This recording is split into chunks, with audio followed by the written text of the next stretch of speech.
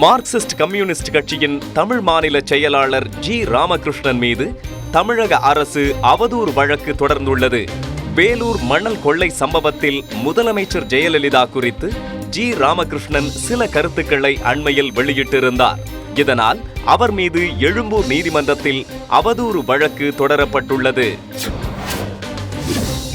வண்டலூர் உயிரியல் பூங்காவில் முதலமைச்சர் ஜெயலலிதா பெயர் சூட்டிய 5 புலிக்குட்டிகளை பார்வையிட பொதுமக்கள் அனுமதிக்கப்பட்டனர். அழகான வெள்ளை நிற புலிக்குட்டிகள் ஒன்றோடொன்று விளையாடுவது பார்வையாளர்களை வெகுவாக கவர்ந்தது.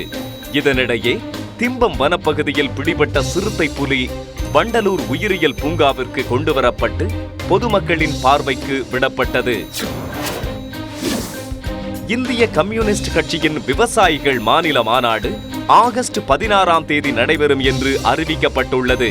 இந்த மாநாட்டின் போது தமிழகத்தை வறட்சி மாநிலமாக அறிவித்து அதற்குரிய வறட்சி நிவாரண தொகையை உடனடியாக வழங்க வேண்டும் என்பது உள்ளிட்ட பல்வேறு கோரிக்கைகள் வலியுறுத்தப்படும் என்று அறிவிக்கப்பட்டுள்ளது. ஆண்டுக்கு ஒருமுறை மட்டுமே சுங்கவரி என்ற திட்டத்தை 30 நாட்களுக்குள் அறிவிக்காவிட்டால் நாடு தழுவிய வேலை நிறுத்தத்தில் ஈடுபடுவோம் என்று அகில இந்திய லாரி உரிமையாளர்கள் சங்கம் எச்சரித்துள்ளது. இந்த அமைப்பின் முன்னாள் தலைவர் சண்முகப்பா தலைமையில் கோவையில் கூடிய ஆலோசனை கூட்டத்தில் இந்த முடிவு எடுக்கப்பட்டது. வாளையார் சாவடியில் தமிழக ஓட்டுநர்களை காக்க வைத்தால் கேரளாவுக்கு எந்த உணவுப் பொருட்களையும் அனுப்ப மாட்டோம் என்று சண்முகப்பா எச்சரித்துள்ளார். திருத்துறைப்பூண்டி அருகே உள்ள முத்துப்பேட்டையில் திருமண உதவித்தொகை பெற்றுத்தர லஞ்சம் வாங்கிய பெண் விஏஓ சீதா லட்சுமியை லஞ்ச ஒழிப்பு துறையினர் கைது செய்தனர். சுப்பிரமணி என்பவர் கொடுத்த புகாரின் பேரில் இந்த கைது நடவடிக்கை மேற்கொள்ளப்பட்டது. வேலூர் மாவட்டம் குடியாத்தம் அருகே கல்லப்பாடி என்ற இடத்தில் செம்மர கட்டைகளை வெட்டி கடத்த முயன்ற கும்பலை போலீசார் கைது செய்தனர். இவர்களிடம் இருந்து 200 கிலோ செம்மர கட்டைகள் பறிமுதல் செய்யப்பட்டன. செம்மரங்களை கடத்தல் கும்பலிடம் இருந்து பாதுகாக்க உரிய நடவடிக்கை எடுக்குமாறு தமிழக அரசுக்கு இப்பகுதி மக்கள் கோரிக்கை விடுத்துள்ளனர். புதுச்சேரியில் நண்பனை கொலை செய்த இளைஞருக்கு ஆயுள் தண்டனை விதித்து புதுச்சேரி தலைமை நீதிபதி பரபரப்பு தீர்ப்பு அளித்துள்ளார். கடந்த 2008ஆம் ஆண்டு ஞானவேல் என்பவரை அவரது நண்பர் முருகன் என்ற இளைஞர் படுகொலை செய்தார். இந்த வழக்கை விசாரித்த நீதிபதி வேல்முருகன் குற்றவாளிக்கு ஆயுள் தண்டனை விதித்து தீர்ப்பளித்தார்.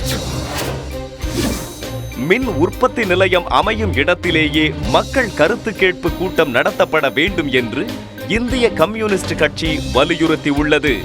தூத்துக்குடி மாவட்டம் ஒட்டப்பிடாரம் அருகே மின் நிலையம் அமைப்பது தொடர்பாக மாவட்ட ஆட்சியர் அலுவலகத்தில் கருத்து கேட்பு கூட்டம் நடைபெற்றது.